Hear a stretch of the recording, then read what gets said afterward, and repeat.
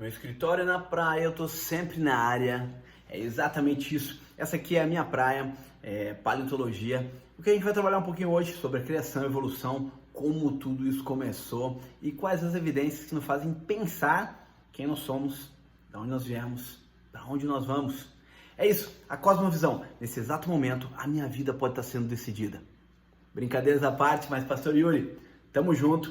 Isso aqui quer dizer que em Libras, eu amo você, que é o significado cristão, que é I love you e tudo junto é eu amo você. E fica essa dica, se você é cristão, aprenda a falar para as pessoas, eu te amo. É isso aí. E quando a gente aprende isso, a amar as pessoas, a gente aprende a amar o Criador, que criou todas as coisas, e aí faz a gente entender um pouquinho mais dessa cosmovisão. Quem nós somos, da onde nós viemos e para onde a gente vai.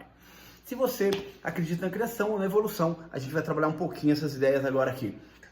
Se você é cristianista, 1 Pedro diz, estando sempre preparados para responder a todos que vos pedirem razão da esperança que há em vós. Isso para mim é bem claro. Primeiro detalhe, se a pessoa pede razão é porque a gente não pode provar Deus somente pela fé. A gente tem que provar também cientificamente. É por isso que você tem que pesquisar, ir a fundo e não ficar acreditando em tudo que as pessoas dizem. O método científico explica que se você quer realmente provar algo para a ciência de uma forma bem exata, você tem que fazer um processo que é um método investigativo e científico bem claro e chegar a um resultado. E outro cientista tem que pegar o mesmo jeito, o mesmo método que você usou, fazer as mesmas coisas e chegar ao mesmo resultado. Aí sim a sua teoria pode ser relevante. Se não, caso contrário, é apenas uma teoria lançada ao vento. Não tem como você provar algo assim. É legal você entender tudo isso e muitas pessoas acabam olhando aí os dinossauros e acabam dizendo que eles são feios, então foram criados para Satanás, ou se são bonitinhos, foi Deus que criou, assim como o pernilongo, que muita gente diz que foi criação de Satanás. Quer te dizer o seguinte, o único criador é Deus, Satanás não cria nada. E aí se você entende isso, você começa a ver que Deus criou todas as coisas.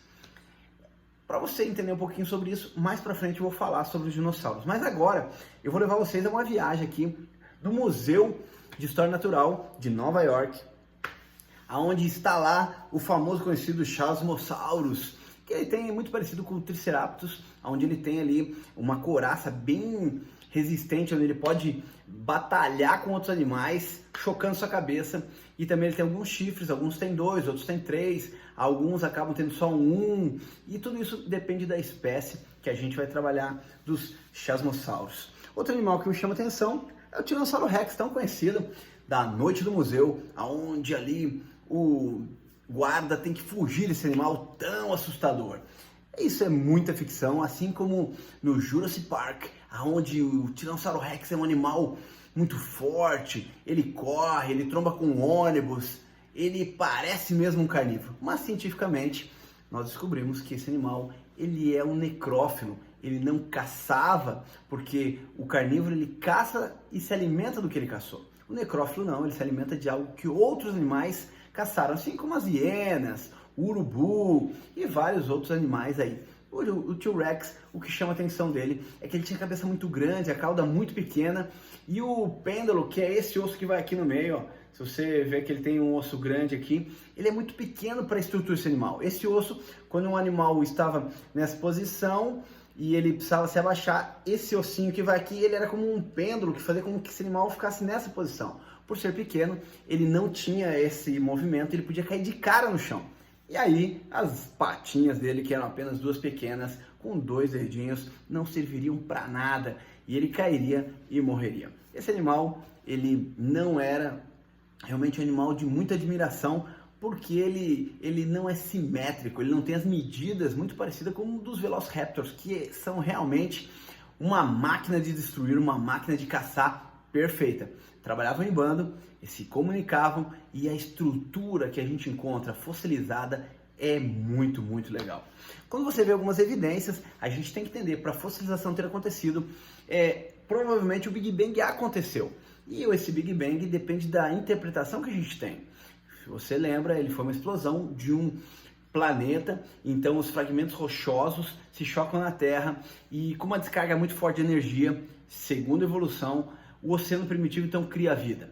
é muito redutivo, algo que não dá para surgir vida, mas é uma teoria apresentada. A teoria que mais me chama a atenção é a teoria do criacionismo, onde esse grande planeta ele é destruído, esses meteoros chegam até a Terra, que a Terra então era Pangeia, onde os continentes estão unidos, e com o impacto desses meteoros, agora rompe as placas tectônicas e começa a expansão dos continentes, vem água da profundeza, água de cima, e a grande catástrofe conhecida como dilúvio acontece. Para que acontecesse a fossilização, teria que ser algo muito rápido, com muita matéria orgânica, tendo peso, pressão e temperatura. Assim, o oxigênio molecular seria lançado para fora, a ausência desse oxigênio, e essa pressão faria a troca molecular daquilo que era osso, ou a matéria óssea, para uma matéria agora de minerais, que é o que você tem aqui, que é um fóssil de um peixe conhecido Hering. Esse peixinho é um peixinho que você já conhece, é da camiseta Hering, aquele desenho dele. É um peixinho muito comum nos Estados Unidos e aqui você consegue ver até as escamas desse peixinho aqui, ó, tá vendo? Então esse é um registro fóssil. Outro registro fóssil bem conhecido aqui é esse aqui, ó, que esse eu encontrei, também é um mesossauro. Aqui você consegue ver aqui o bracinho dele, aqui as patinhas, olha ali os dedinhos, coisa mais linda, aqui as costelas, aqui está a coluna vertebral. Esses animais, muitos com esse impacto, eles se romperam, então ficaram em pedaços. Alguns a gente encontra inteiro, mas muitos são só fragmentos. E isso faz com que a gente tenha que pesquisar cada vez mais para juntar esse quebra-cabeça, já que a gente não encontra tudo junto. Outros fósseis que a gente tem também é uma garra do Velociraptor, aqui perfeita, com onde os nervos, tendões eram acionados. Essa aqui é a terceira garra, onde quando ela era acionada, ela rompia aí os ossos e até tendões e grande parte dessa musculatura de outros animais. Então era uma arma assim fantástica para os dinossauros, né? Quando você olha para os dinossauros, muitos deles eram os que a gente conhece como ovíparos, né? Que colocavam ovos e aí surgiam os pequenos dinossauros. E outros também tinham de uma forma diferente. Outra fossilização muito comum que acontece é em âmbar, que é aquela resina que sai da árvore e então fossilizava os animais. Aqui você vai conseguir ver um escorpiãozinho, ó, que o âmbar fossilizou ele. Então você tem aqui a informação para uma futura pesquisa. Como é algo bem interessante, você tem que ter muito material para poder fazer uma análise, é algo que dura mais tempo. Muitas pessoas acabam confundindo também alguns fósseis, né? Aqui tem um fóssil também, ó, que é de uma concha do mar, tá? Ela está fossilizada. E alguns acabam encontrando alguns ossos e acabam achando que isso é um fóssil. Na verdade, isso não é. Isso aqui é apenas um fragmento ósseo de algum animal, não é considerado um fóssil, tá? Então, tome cuidado com aquilo que você anda encontrando e achando que são fósseis. Quando você encontrar qualquer fóssil, você vai poder fazer uma análise, uma pesquisa em um livro bem conhecido aí da galera que trabalha na área de paleontologia, que é esse aqui, ó. Esse é um volume dos 9 volumes e aqui tem todos os fósseis encontrados no mundo. Então aqui você vai poder pesquisar para ver se aqui tem o fóssil que você encontrou. Ó. Aqui tem de conchinhas, aqui também tem de grandes animais. Deixa eu ver aqui, ó. Achar um fácil aqui. Aí, ó, aqui é cabeça de um lobo da Sibéria, ó. Ou até um husky siberiano, mas aqui na verdade está apresentando como um lobo. Então você tem aqui a tua fonte de pesquisa. E aí faz todo sentido você analisar. Outros animais que são encontrados aí, você vai ter uma gama muito interessante aí, os mamutes. E algumas pessoas achavam que os mamutes só eram encontrados ali na América do Norte. E recentemente no Brasil foram encontrados 9 mamutes no estado de São Paulo. E isso chama muita atenção, porque muitos desses animais acabam sendo destruídos, porque senão eles podem parar todo um processo de construção de prédios, mesmo do petróleo e até mesmo de grandes pedreiras, porque quando se encontra o fóssil tem que parar de destruir aquelas rochas para que um grupo de paleontologia possa pesquisar. Então, como infelizmente no Brasil a gente ainda pensa mais em dinheiro do que ciência, a gente acaba destruindo muitas dessas coisas. Outro animal conhecido por vocês é o tigre dente sabre. E algumas pessoas sempre me perguntam, mas por que agora os tigres mais modernos, o dente é menor? E se você olhar naquela época, esse dente tão grandão serviria para quê? Sim, claro, os animais tinham mais tecido adiposo, que é a pele, tinha mais gordura, então esse animal tinha que ter um dente maior para poder atingir realmente, poder tirar a vida desses outros animais. Então isso é uma microevolução. A microevolução ela é aceita. Não, o que a gente não aceita como criacionismo é que a macroevolução, ele era um cachorro e virou um tigre dente de sabre. Ele passa de uma espécie para outra, da canis para felino. Então isso não é aceito pelo criacionismo, porque Deus criou cada um segundo a sua espécie. E o mais conhecido é o Dino, tá ali, ó, eu tirei até uma foto com ele lá no parque nos Estados Unidos. E a pergunta sempre fica, mas o T-Rex, que cor ele tem? Para você entender, quando a gente encontra um fóssil, a gente encontra assim em rocha. Então não tem como você saber a cor desse animal, não tem como saber a pele exatamente, você tem os ossos. E aí o que você faz? Você chama um artista para ele desenhar essa estrutura. Então você monta o quebra-cabeça e um artista desenha e aí ele põe a cor que ele achar melhor. Então assim, é algo que não fica muito na nossa mão. Até o artista pergunta pra gente, a gente diz, pode ser que seja cinza ou verde, mas a gente não tem provas muito claras. Agora, recentemente também foram encontrados muitos fósseis na Sibéria, eles completamente congelados, então ali tem o DNA. Se realmente a gente pudesse pegar o DNA e trazer a vida dos dinossauros, isso a gente já poderia ter feito há muito tempo, porque nós temos muitos desses fósseis realmente aí congelados com o seu DNA, até com o tecido da carne ele parecendo muito fresco, como se tivesse acontecido isso agora. Então, fica aí um ponto de interrogação na sua cabeça de que quando a gente vê ficção, e realidade é completamente diferente de tudo isso. Então, não comece a acreditar muito em filmes, porque os filmes eles só querem ganhar bilheteria. Se você vai fazer uma pesquisa, você tem que buscar aí na revista Nature ou se não em Science, que agora tem a Nature Brasil, já é traduzida em português, você pode fazer pesquisa de várias coisas que já são apresentadas ali, ok? Aqui um sítio paleontológico, como a gente escava, então tem picaretas, tem que ir lá bater forte mesmo na rocha, tem que fragmentar a rocha para poder encontrar ali o registro fóssil. Isso leva tempo, desgaste mesmo. Depois quando você encontra, você tem que ficar só no pincelzinho, com um martelinho pequenininho, quebrando bem devagarzinho para não romper o fóssil em si. Então, tudo isso leva muito cuidado. Lá, quando você vê aí esses ossinhos, os que estão mais escuros, como por exemplo esse aqui, ó, esses foram encontrados. O resto, nada a gente encontrou. Então assim, a gente tem parte do quebra-cabeça. A gente monta ali como se fosse assim. Mas as evidências puras, muitas a gente não tem. Como por exemplo, esse animal aqui, o que está em verde é o que a gente encontrou. E o que está claro aqui, que você vê a cabeça inteira, a gente não encontrou. Então você acaba chegando a essa conclusão. Mas não que isso seja 100%. Tá ali, muito próximo da realidade, lógico que tá, mas não é o 100%. Então isso é importante entender. A teoria aí da criação especial, os dinossauros, eles entraram na arca ou não? Grandes pessoas e muitas pessoas perguntam para mim sobre isso. Aqui para você entender o que significa dinossauros, o senhor Richard Owen, que é um anatomista britânico, para o encontro dos cientistas para o avanço da ciência em 1841, ele cria esse nome. Ele tira esse nome do grego, que é Deinos, que é terrível, e Saurus, que é réptil, pode ser lagarto ou até mesmo serpente. E ele queria dizer que esses animais eram terríveis. Então ele não é uma espécie diferente, mas ele é dinossauros terríveis ou répteis terríveis, grandes, e isso chama muita atenção. Não existe uma explicação, mas existe algo que faz a gente pensar, como por exemplo, aqui, quando você chega no parâmetro do Criador. O Criador, quando criou, ele criou cada um segundo sua espécie. Por exemplo, o camelo e o cavalo ali. Você não consegue fazer uma hibridação genética entre os dois. Por exemplo, não tem um cavamelo ou um melovalo, né?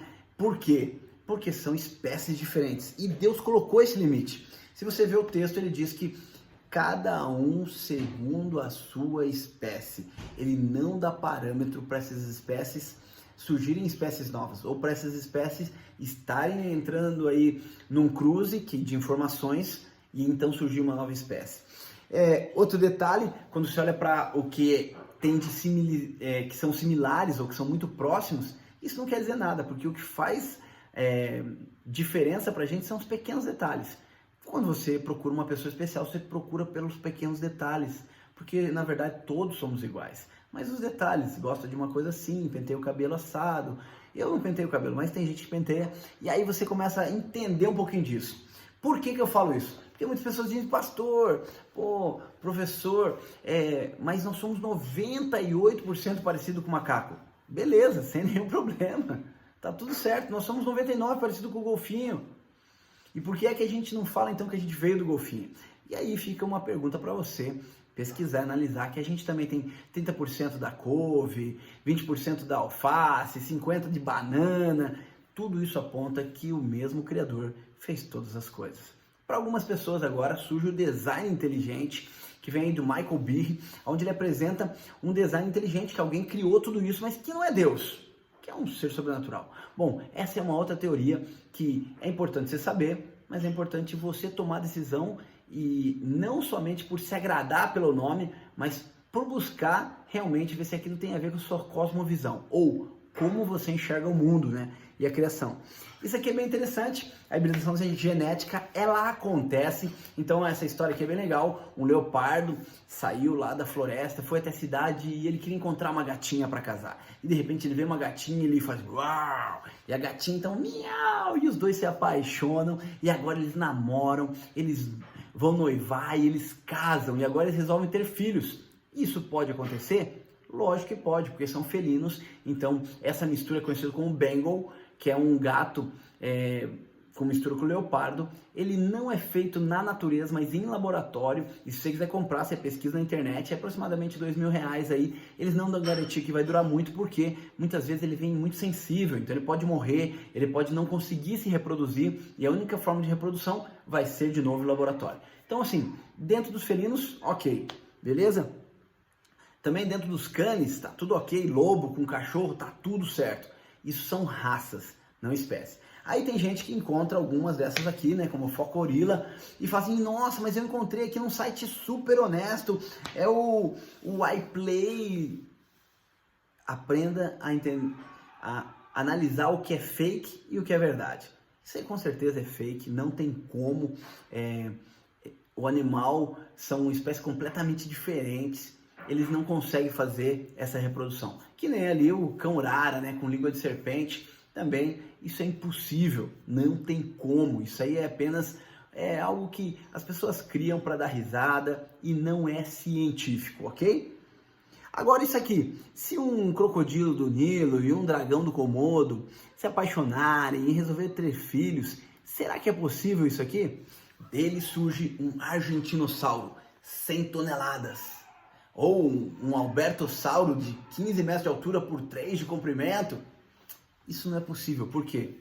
Na hibridação genética, a informação é do pai e da mãe. Então ele vai ser parecido com os dois que doam a informação genética. E aí, como que um dragão de Komodo e um crocodilo do Nilo pode surgir animais gigantescos? Isso não é provável. O que é provável é que outros dinossauros, quem sabe aí mais próximos, fizeram sim a hibridação genética e surgiram esses animais, ok? Vamos lá, depois se você tiver alguma pergunta, você pode deixar aí no chat e a gente vai tentar responder para vocês depois, ok? Aqui eu gosto de usar essa cena porque é a Arca de Noé ali apresentada como uma forma de mitologia, porque nós sabemos que a Arca de Noé era um grande barco e ali estava aguardando vir esse grande dilúvio e que todo tipo de animal entrou. E os dinossauros entraram na arca ou não? Essa pergunta ela é clara e muita gente faz, mas ela é simples. Com certeza entraram, porque a Bíblia diz que todo animal criado por Deus entrou na arca. Ellen White, que é uma escritora norte-americana que pesquisa muito sobre isso, ela diz o seguinte, que os animais que eram de amalgamação ou de hibridação genética, que o homem tentou manipular ali, sendo inspirado ali por Satanás, que é a força maligna, fez com que quisessem tirar aí a aparência de que Deus tinha colocado nesses animais. Esses animais não entraram na arca, mas os dinossauros que foram criados por Deus, com certeza entraram. Mas fica aquela pergunta, né? Como entraram os dinossauros se a arca era pequena, né? Você olha para a arca lá e você imagina 300 côvados. E o côvado é essa medida daqui até aqui, né? E se você colocar aqui uma régua, vai ter 30 centímetros. Você faz o cálculo aí. Só que a gente esquece que esses côvados eram a medida daquela época. De homens que tinham 5 metros de altura. Então, o côvado provavelmente era maior. e essa arca era um pouco maior. Tudo bem, não vamos nesse sentido, mas vamos num sentido bem específico. Os animais que entraram na arca, eles eram adultos ou filhotes? Eu acredito que eram filhotes. A Bíblia não dá uma informação clara, mas eu acredito que eram filhotes por causa de algumas evidências. Por exemplo, quanto tempo eles ficaram na arca? Não foi 40 dias e 40 noites, foi o que choveu. Eles ficaram 365 dias dentro da arca.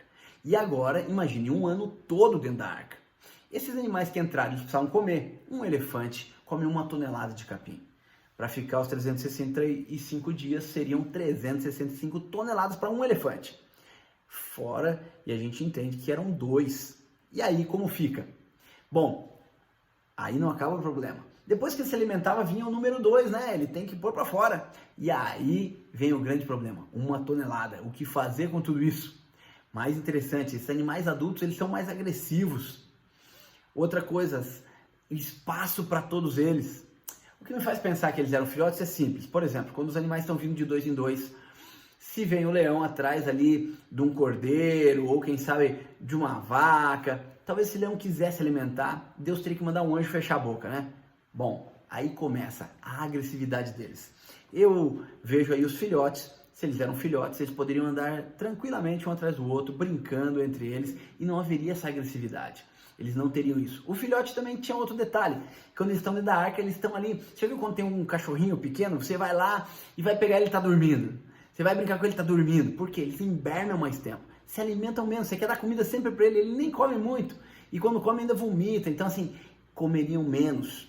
Eles não eram agressivos, se alimentavam menos, número 2 menos. E outra coisa bem interessante que me chama a atenção. No livro de Gênesis 9, quando Noé desce da arca, agora a Bíblia diz que Noé temeu pela sua vida. Pera aí, o cara passar 1 ano junto com os animais e agora quando vai descer fica com medinho. Claro, o leão quando entrou era pequenininho e agora o leão solta aquele rugidão. E agora ele fica com medo. Quem sabe um Velociraptor que era pequenininho, agora com 1,50 m, vendo que ele ali tinha poder em suas garras, Noé teme pela sua vida. E aí Deus coloca temor nos animais. Isso até hoje é visto, que os animais primeiro correm dos humanos e quando eles estão coagidos mesmo, ou quando as crias deles estão em perigo, aí eles atacam o homem como uma defesa. Mas se tem a oportunidade de fugir, eles vão fugir, porque Deus colocou o temor nesses animais. Bom, vamos partir para o final e a amalgamação, que é o que chama atenção, que é essa hibridação genética, mas se houve um pecado pior que os demais, como responsável pela destruição da raça humana, foi através do dilúvio. Este foi de amalgamação entre homens e bestas e bestas. Isso apontava para quê? Queria desfigurar a imagem de Deus como Criador. Quando você vê isso aí, você começa a enxergar alguns detalhes. Por exemplo, esse cara que foi encontrado em 2005, ele parece muito com Moables. E a história dele é bem interessante porque era proibido com que os primos se casassem, primos próximos, e esses primos então acabaram se casando e tiveram um filho e jogaram ele na mata porque queriam se livrar dele, porque era muito feio. E enquanto ele está chorando na mata, uma senhora que vinha passando encontra essa criança e realmente era feia, não tinha como ela levar para casa, ela coloca ela lá no meio do mato, faz lá um emaranhado de matos, constrói uma cabana e vai alimentando essa criança a passar dos dias. Então ela volta ali e vai criando até um dia que essa mulher morre e não tem mais quem o alimente. E ele sai, então vai para a cidade se alimentar. E quando chega na cidade, ele está morrendo de sede, ele vê água na poça, ele começa a beber, ele vê comida no chão, começa a comer, e as pessoas dizem, é um macaco, é o Homo habilis. E não, quando fazem a pesquisa científica com ele, uma análise científica, descobre que ele é um humano que tem algumas deficiências provindas aí de um DNA muito próximo, provavelmente por serem primos, e criou ali um choque e deu alguma deformação. Quando você analisa isso, você começa a ver que será que houve uma evolução ou uma degradação? A terceira lei da termodinâmica, que é a entropia, fala muito sobre isso, que o estado organizado para o desorganizado. Nós estávamos no Jardim do Éden, tudo perfeito, funcionava perfeitamente, e agora Adão e Eva pecam, e agora começa a entropia, a terceira lei da termodinâmica, que é desorganizar. Então as moléculas agora começam a entrar em oxidação e decomposição. O homem que podia viver muito tempo, agora vive menos. O homem que agora era mais formoso, era alto, agora vai ficando menor. E as deformações começam a acontecer. Por quê? Devido ao pecado. não um pecado em si, mas o pecado universal, que foi o pecado cometido por Adão e Eva. E os dinossauros, eles estão vivos hoje? Claro, tem muito dinossauro vivo. Aí tem alguns, por exemplo, dragão de Komodo é considerado um dinossauro. As iguanas das Ilhas Galápagos, aquelas marinhas, é considerado um dinossauro, e muito interessante. Essas iguanas das Ilhas Galápagos, elas evoluíram, uma microevolução. Elas antes se alimentavam do que tinha nas rochas, mas as rochas foram secando, e agora tem as algas no fundo do mar, e elas mergulham para se alimentar dessas algas. Isso é uma microevolução, ela não deixou de ser uma iguana, mas ela passou a ser uma iguana que se alimenta de algas marinhas em vez de vegetações que também eram fungos que, por causa da umidade, cresciam ali nas rochas. Você precisa entender que a adaptação, ela sim é muito acessível e ela é muito compreensível para nós cientistas. Outro detalhe que chama atenção são os dinossauros apresentados no livro de Jó. Se a gente tem alguma evidência na Bíblia, tem muitas. No livro de Jó fala lá, olha para o Behemoth, ela é primícia da criação, criei junto com você. Se criou junto com o homem, isso aponta que esse animal ele era um terrestre, então ele foi criado no 6º dia, e não no 5º. O 5º eram os aquáticos e as aves. Então isso faz a gente já entender um pouquinho mais de que animal se tratava. Algumas Bíblias trazem como tradução hipopótamo. Essa tradução ela é um pouco equivocada. Por quê? Porque quando você lê o contexto, não bate com o nome que está sendo dado. Por exemplo, lá diz, a força nos seus lombos, a poder, um músculo no seu ventre. Você olha para a barriga do hipopótamo, não tem músculo nenhum. Quando você olha para alguns dinossauros, o ventre realmente era muito interessante. Os dinossauros eles comiam muitos vegetais e para ajudar aí a dissolver e a fazer a digestão, eles comiam também uma grande quantidade de pedras, ou melhor, rochas, fragmentos rochosos. E isso, quando se chocavam, eles trituravam os alimentos, mas muitas vezes saíam faíscas. E esse gás que a gente tem aí, quando você arrota, ou quando você tem ali uma má digestão que parece estar cheio de gases, esse gás ele é altamente explosivo. Isso podia fazer com que esses animais cuspissem fogo, ou simplesmente deixasse que essa explosão acontecesse. Muito comum nessa época, e é muito aceita essa teoria. Aqui fala algo bem interessante, que a cauda dele era como um cedro. E se você olha aqui do lado, olha o tamanho do cedro. A cauda do hipopótamo é muito pequena. Não tem nada a ver com a descrição. Mas me chama mais atenção ainda, que diz assim que ele se alimentava nos montes e que os animais brincavam perto dele. Quando você olha para o hipopótamo ele passa mais tempo imerso na água. A pele dele é muito sensível para o sol, mas ele se alimenta ali da margem do rio, nunca em cima de uma montanha. E mais interessante, os hipopótamos são altamente agressivos. Eles matam mais os humanos do que leões, búfalos, elefantes e rinocerontes juntos. Se juntar todos eles matando humanos, o hipopótamo mata mais ainda, porque ele é altamente agressivo. Então, não podia ser esse animal que Deus estava falando para Jó em Jó 40:20. Se é hipopótamo, só se Deus não soubesse o que ele estava falando. Quando você vai para a Bíblia de Genebra, que é uma das Bíblias mais próximas do texto bíblico, ela diz assim, é um grande animal cuja exata identidade é desconhecida. E o Leviatã é traduzido como Drácon, e isso chama muita atenção, porque a gente acaba logo linkando aí a dragão, né? E parece que faz um pouco de sentido. Quando você faz análise científica e pesquisa um pouquinho mais, você descobre que vários dinossauros foram encontrados e que cada paleontólogo que encontra dá o nome que ele quer para aquele animal. Mas esse animal, que é conhecido como Leviatã, apresentado em Jó 41:15, diz o seguinte, da sua boca saem tochas, faíscas de fogo saem dela, das suas narinas exala o fumo, sai fumaça. Exatamente isso, parece muito com o dragão. Outra coisa muito interessante que chama atenção é que a tradução é por crocodilo, e aí não faz sentido, porque crocodilo não sai fumaça da boca. Mas isso chama muita atenção. Jó também diz que ele é provido de espada. Isso aponta que talvez na cauda dele tivesse algo para se defender. E Salmos 74:14, Davi fala que Deus, tu esmagaste as cabeças do Leviatã. Isso é muito interessante e bom você saber, que ele não tinha uma cabeça, mas tinha várias. E aí sim a gente começa a pensar muito aí num dragão. Quando você vai no livro de Apocalipse, João viu um dragão. Se para João viu um dragão, isso tinha que ser comum a ele. Por exemplo, se eu falasse para vocês aí, imagine um Xeleclecdan. Que animal é que você consegue imaginar?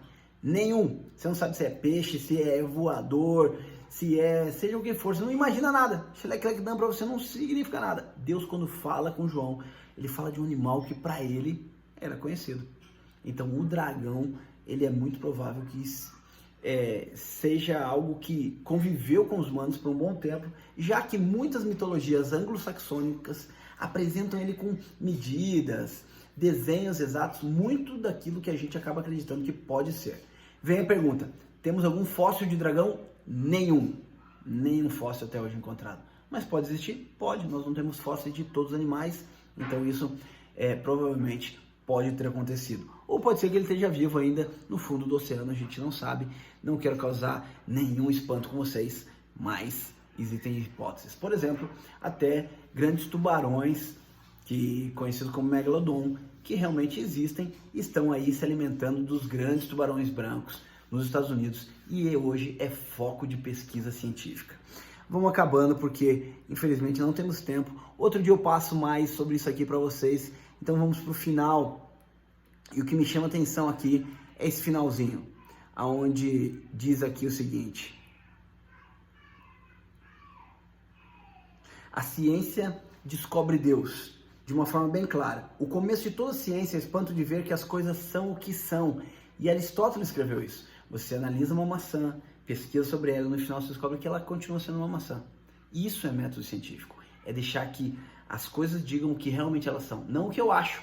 Eu posso achar que ela é uma pera, mas nunca vai ser. Isso é o método científico. O espanto de ver que as criaturas são obras de um Criador. E Galileu Galilei deixa esse recado. A Bíblia não pretende ensinar como foi feito o céu, mas como se vai para ele. É um mapa que você e eu podemos seguir para ir para o céu. E se é o teu desejo, é o meu, que a gente possa usar a Bíblia para descobrir qual o caminho para ir para o céu e a nossa cosmovisão se fortaleça de que existe sim alguém que nos criou, que nos ama, que nos mantém e que muito em breve vai voltar para nos buscar e responderá todas as perguntas que você tem sobre dinossauros, porque o Criador sabe exatamente como ele fez tudo. Assim que você tiver perguntas, coloca aí no chat e depois a gente tenta responder em algum momento. Deus abençoe. Pastor Yuri, continue aí com você, foi da hora, obrigado. I love you, amo vocês. Deus abençoe, até mais, tchau.